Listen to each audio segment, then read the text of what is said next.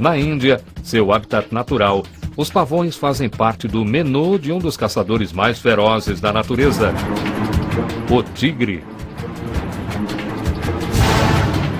Para que um pássaro sobreviva na natureza, a última coisa que ele precisa é de algo que lhe deixe em desvantagem. Uma cauda que o torne visível aos predadores e o torne lento para escapar. Para os criacionistas, isso é fácil de explicar. Deus os criou dessa forma. Mas para os evolucionistas, esse é um quebra-cabeça. Como é que a seleção natural pode criar características que parecem dificultar e não ajudar a sobrevivência de um animal? É um problema que ameaça solapar toda a teoria de Darwin.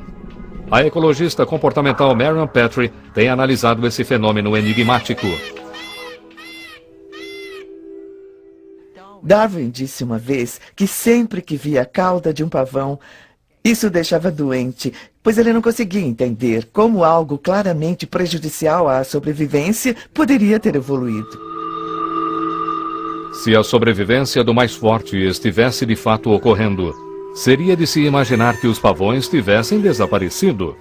Mas Darwin percebeu que a evolução não envolvia apenas a sobrevivência, mas envolvia algo mais. Sexo. Darwin propôs que o cérebro da fêmea tinha um papel crucial na evolução. Ele argumentava que as fêmeas dos pássaros preferiam machos com penas mais vivas e caudas mais vistosas. Como esses machos vistosos eram mais bem-sucedidos com as fêmeas, eles tinham mais filhotes. Durante muitas gerações, suas cores vivas se espalharam por toda a população e, gradualmente, pássaros de cores apagadas desapareceram. Durante mais de um século, ninguém verificou se isso era verdade, até que Petrie resolveu analisar o problema. Em uma fazenda de pavões em Norfolk, Inglaterra, ela resolveu descobrir se as pavoas realmente preferiam os pavões com caudas mais vistosas. Sua ferramenta de pesquisa? Uma tesoura. Para deixar alguns dos machos mais vistosos menos exorbitantes, ela cortou 20 das manchas em suas caudas. Durante a estação de acasalamento, Petrie e sua equipe observaram para ver se os pavões com a cauda cortada ou se seus rivais intactos faziam mais sucesso com as garotas. Nós registramos os acasalamentos bem-sucedidos de cada macho e descobrimos que os pavões com caudas mais atraentes, na verdade, se acasalavam mais. Petrie descobriu que um macho com uma cauda inteira tinha 2 vezes mais possibilidades de se acasalar do que o que tinha sua cauda cortada. Darwin estava certo. A escolha das fêmeas conduz à evolução de pássaros coloridos de caudas longas. Mas o resultado leva a uma outra pergunta. Por que gerações de fêmeas escolheram machos com caudas mais coloridas e atraentes? A resposta poderia estar na qualidade de seus genes. Somente os machos com os melhores genes são fortes o bastante para levar ao crescimento de caudas mais longas e à produção de cores mais vivas. Ao acasalarem com os machos mais coloridos, as fêmeas ajudam a assegurar que seus filhotes sobrevivam e se reproduzam. A escolha das fêmeas explica por que os pássaros machos têm cores tão vivas, assim como Darwin previra. Mais uma vez, a teoria de Darwin sobrevive intacta. Mas ainda há um último mistério. Os biólogos precisam mostrar como ocorre a mudança. Como, a nível microscópico, isso poderia evoluir até um ser humano. A partir de todas as evidências que vimos até agora, parece que Darwin estava certo. A vida evoluiu. Durante milhões de anos, a natureza transformou seres vivos simples em animais e plantas que temos hoje. No século XIX, Darwin não tinha as ferramentas para explicar como, mas hoje, finalmente, nós podemos. Nas últimas poucas décadas, houve uma revolução na biologia. Hoje, os pesquisadores têm ferramentas para descobrir o maior de todos os mistérios: como uma espécie se transforma em outra. A primeira pista surgiu em 1953 com a descoberta da estrutura do DNA. O DNA carrega as instruções genéticas para a construção da vida. Ele é passado de uma geração a outra.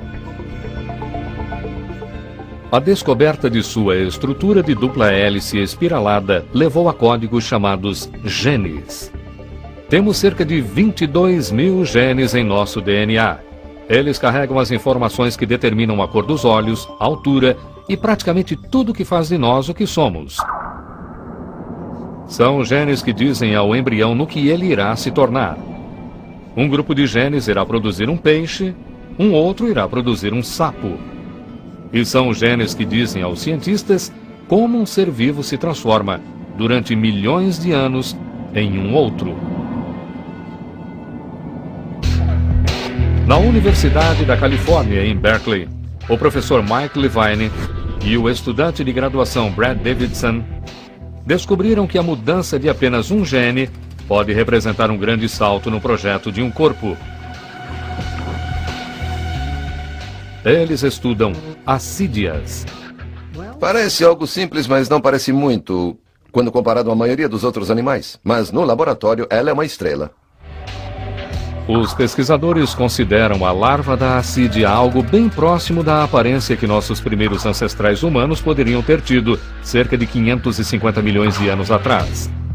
Se eles estiverem certos, então o coração humano evoluiu de um coração como o da assídia.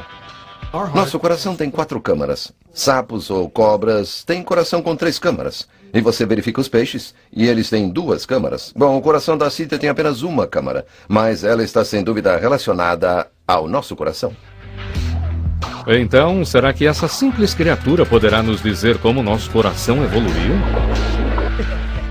Em um porto próximo de São Francisco, a equipe coleta assídias para uma experiência.